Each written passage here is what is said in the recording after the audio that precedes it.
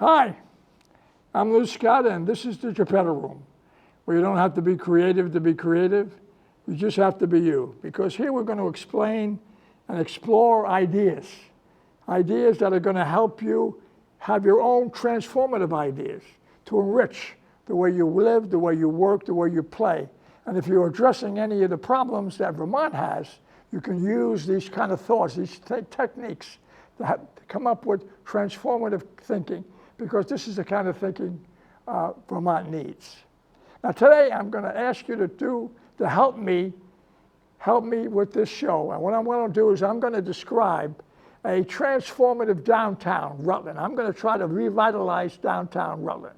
But you're going to help me, and there are a couple of things you have to do. Now, they're easy things, so don't go running away and changing your channel. Easy things to do. First, get a pencil and paper. Super pencil and paper. And think about and remember these three words, because these three characteristics are what make a good downtown. The three words are entertainment, creativity, and lifestyle.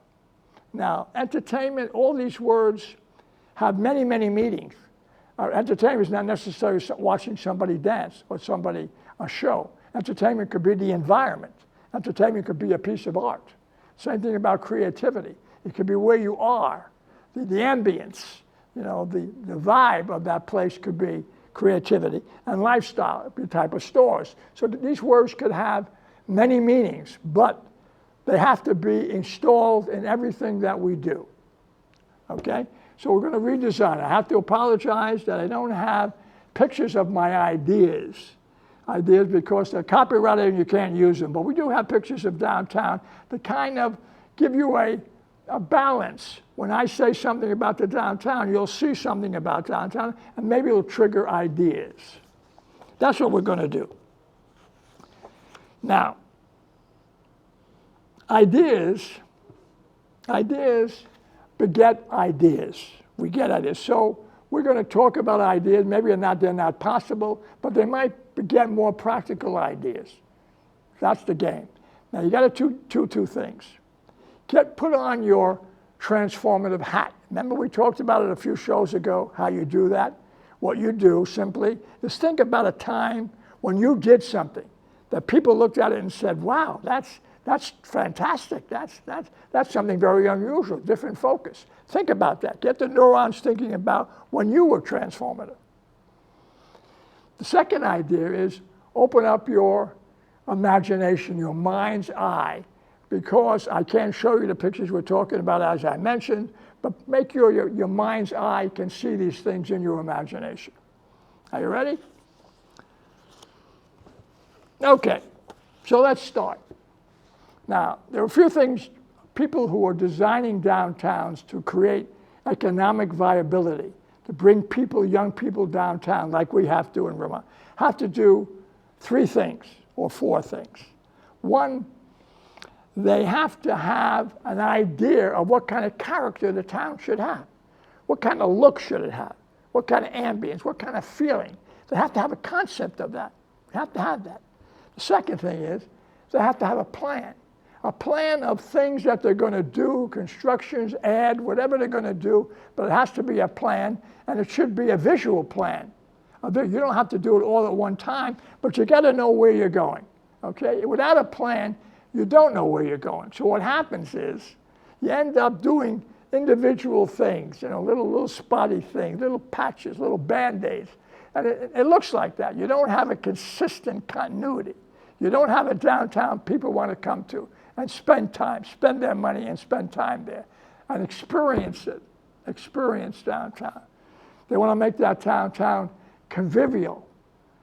That's what we're going to try to do, okay? The third thing is, without the plan, is you have to have a passion to complete it. If you're not with people that really believe that this is the way we go, it's not going to happen. It's not going to happen. Okay. With that, let's begin our transformation. First of all, downtown Rutland is not just Center Street. Not in my idea. We're going to expand downtown. Our downtown is going to start at the Commons.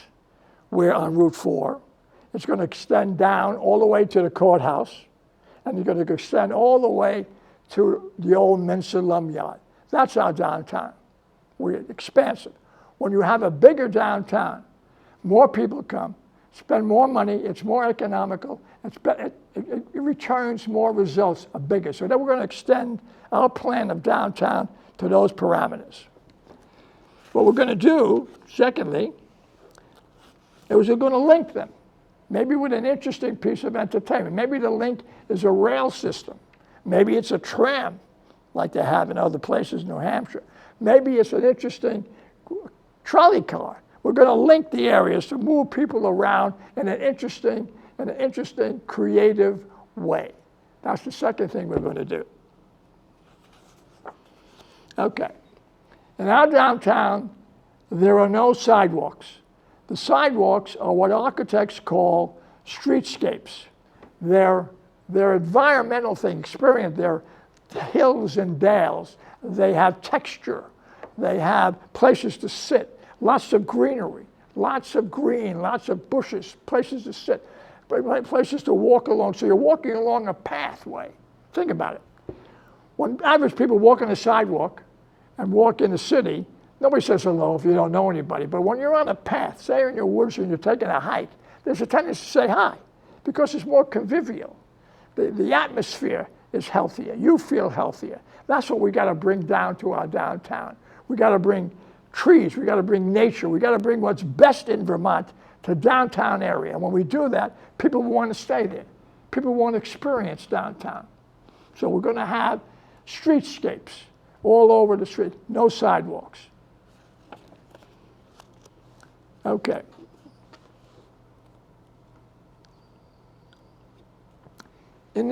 Let's go to where the railroad station is. Let's have a pavilion, a meeting pavilion. So when you get off the train and walk into this pavilion, you walk into Vermont. You walk into pictures of Vermont. You walk into ability to make reservations. You might even be able to stay there in case you arrive in snow. You can't get away, you can stay there. There's a restaurant there.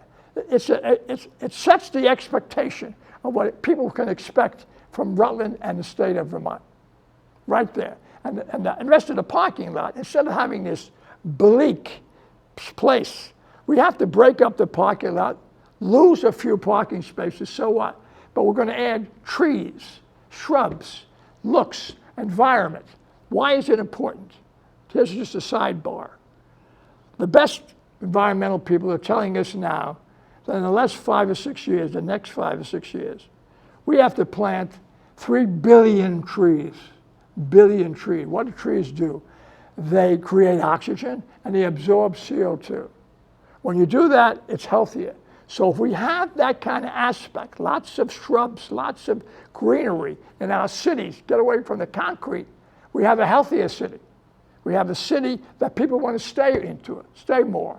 We have a city that's representative of what Vermont is, the beautiful botanic, the woods, the lakes, and so forth. That's what we want to do in our downtown area. In Depot Park, we want to put a permanent farmers market. Now, I know we have a permanent market, but outside the town. It's outside the town, and it's in an old building. What I'm seeing, and what you can see if you Google it, if you Google permanent farmers markets, it's amazing what you'll be able to see and find out that we could do. A permanent farmers market, you could do many things. First of all, the food can be presented in a better way, more attractively, like they present it in marketplaces. When you do that, people tend to buy more, okay, and tend to enjoy it more and spend more money. In that farmers market, there will be places to sit and eat the food that you just bought, possibility.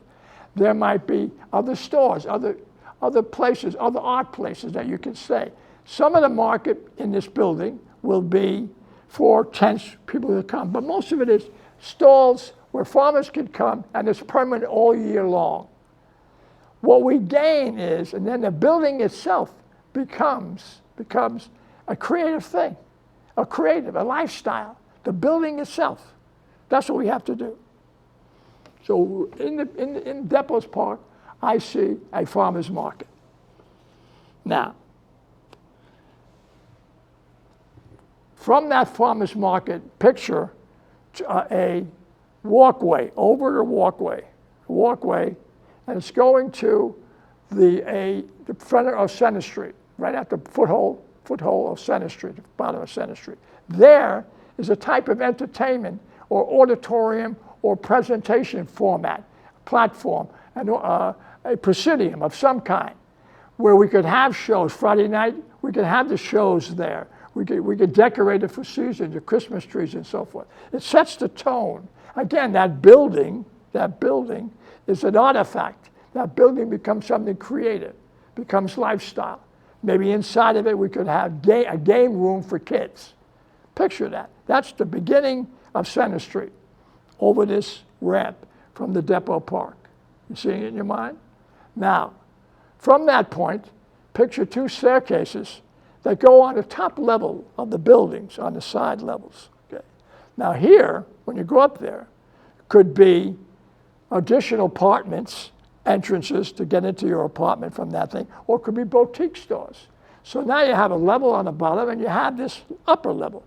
Now on this upper level, periodically, you would have another walkway connecting both sides. When you connect both sides, you create an area of observation, an area to discuss, to sit down, to discuss with other people, have conversation, and maybe our restaurants down there could have outside seating up there. It gives it a vitality. So now you have two levels, kind of downtown Center Street. And a place to perform, and a place to have displays and so forth when you have events in this amphitheater of type sort. Now we have the alley. Now let's go to the alley. Now the alley, to me, the ideal thing for the alley would be, you have urban art, okay. The idea would be what is called a natural playground. It's a playground that psychologists say that are healthier for kids, more educational. It's made out of not of metal and steel and swings. It's made out of natural activity. It's dirt, it's wood, it's shrubs, it's trees. It becomes an environment in itself, and the kids get involved in that. And if you talk to psychologists, and people who do that, and there are companies who do it specifically, that environment is healthier for the kids. And people sitting around the restaurants in the area, in the alley, okay, can sit there and enjoy the kids when they play, or just look at the environment, because the environment is attractive. It's not like a typical playground with all the steel and the metal, which I always thought was a way of killing kids, not having kids enjoy themselves. I mean, it doesn't make any sense to me. Now on that wall, that big wall in the alley, that's blank. If we're going to do a mural, let's do a mural that is three-dimensional. Let's do a mural that'll bring people from all over the state, something extraordinary. Now look up again in Google, I wish I had a picture, of three-dimensional murals. It's amazing what they look like. Amazing. How much attention, how creative it is, how it makes you feel emotionally. That's what it should be. So that should be the alley now. A sidebar is, if you have a playground, periodically, the stores downtown could have special sales days, right? And they could maybe hire babysitters. And the sitters would sit in the playground, watch the kids while the parents shop. Or a parent can come with two parents. One parent watches the kids play right downtown. So there's no problem about your children. If you want to come downtown to shop or whatever, the children are enjoying themselves. You're enjoying, if you're a parent, watching the kids enjoy themselves and educate themselves in a natural playground. Look up what natural playgrounds are, and you'll see what it is. Are you with it with your imagination? Is this generating ideas? Are you jotting down concepts? Don't forget, ideas beget ideas. And we have to solve our problems in Vermont and your own personal problems and state problems with new ideas. We can't solve new problems with old ideas. You heard me say that many times. Let me retract a little bit what I see in the comments. We'll go back to the top of our city. Route 4 where the Commons is.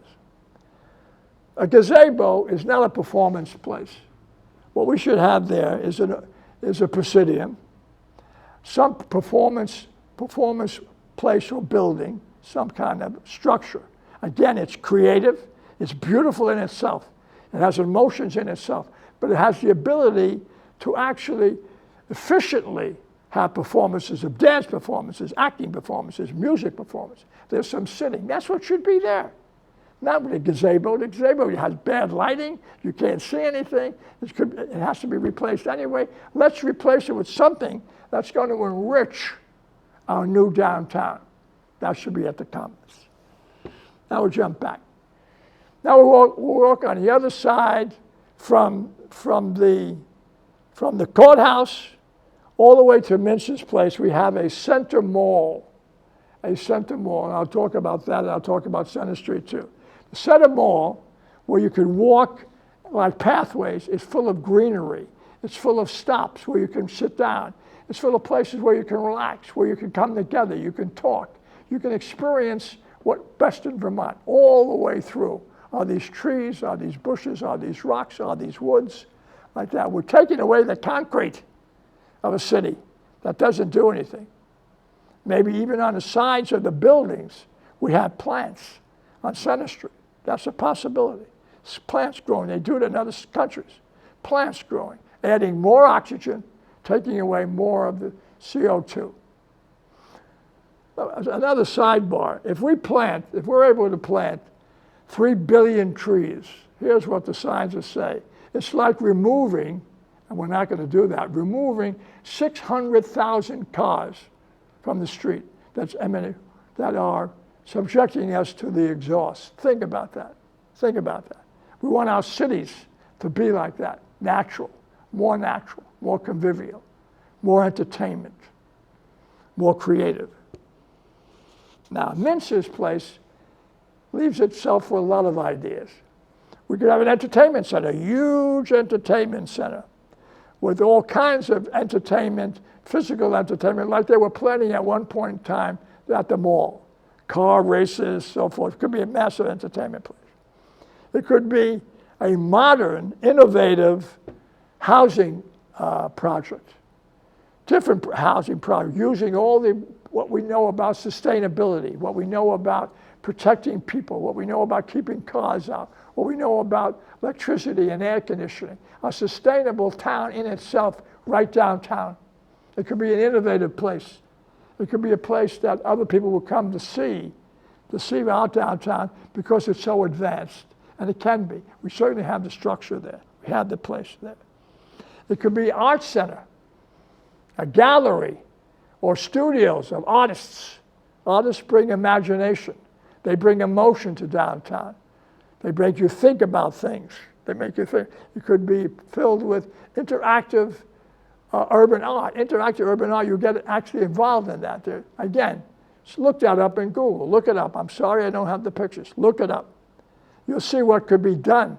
We have that whole area, Mince's area, could be an innovative place added to our new downtown transformative Rutland. Okay, so that's our downtown. The last thing, let's go back to Center Street. We have these oversides, overview. We have the staircases.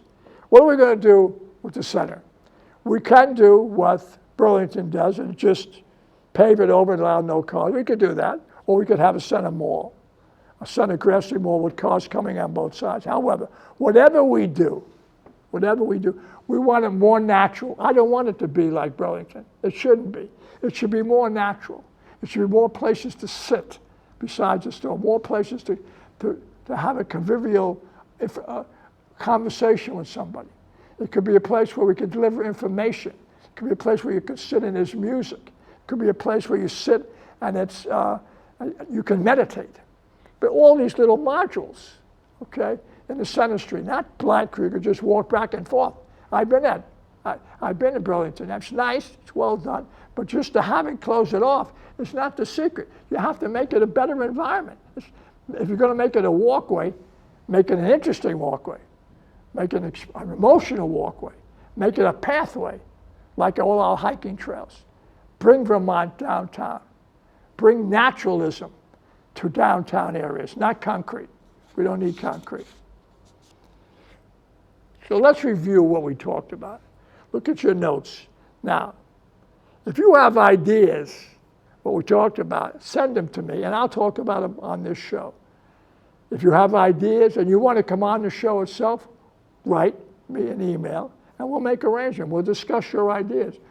Everybody has to contribute to the solutions of what we need in this town and our state. We need to get people coming downtown. We need to add vibe. We need to add creativity, lifestyle to our downtown areas. If we don't get young people coming and staying, and people staying and spending money and enjoying themselves the experience, we're in dire straits.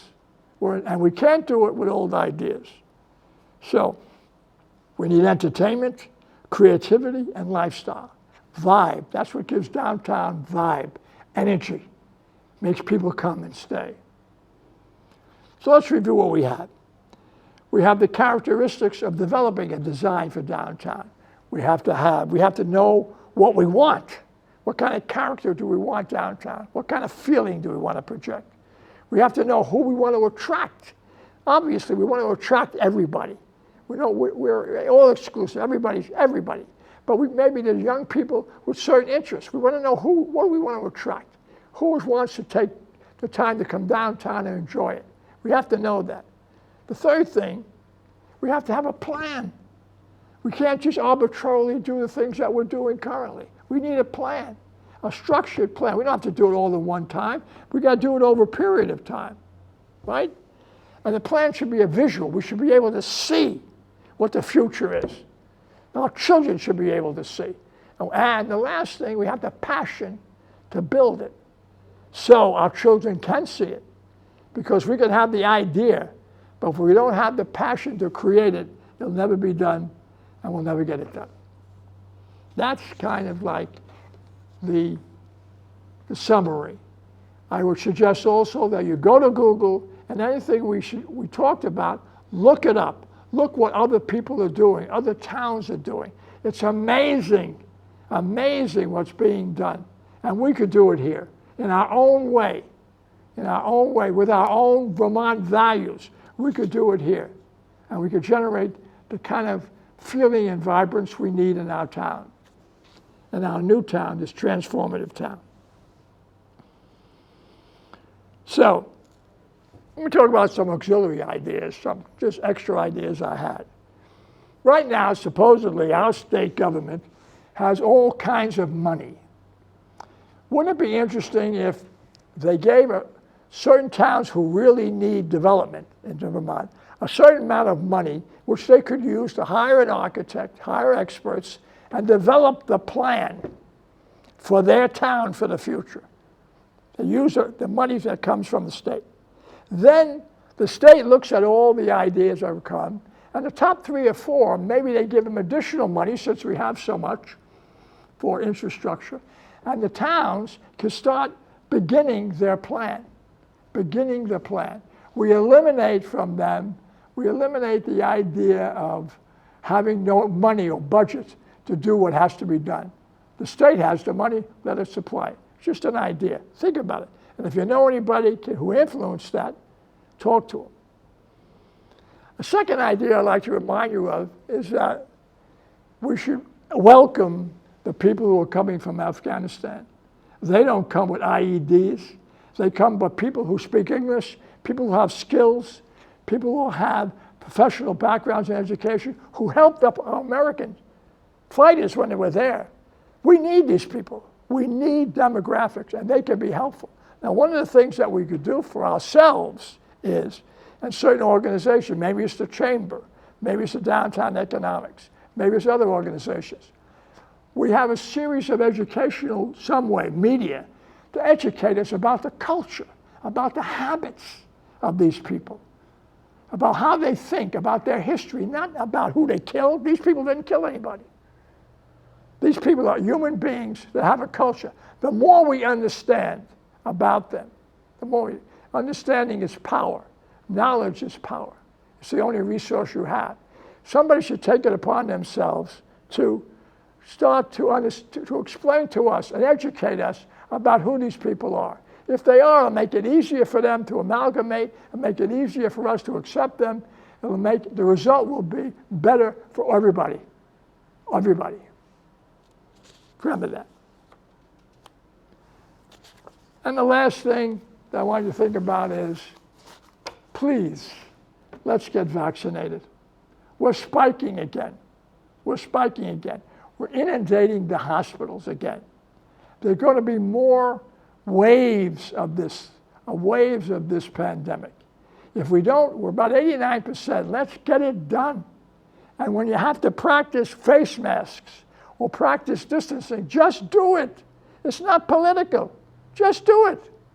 We're accepting people who are going to help us. We're changing our towns.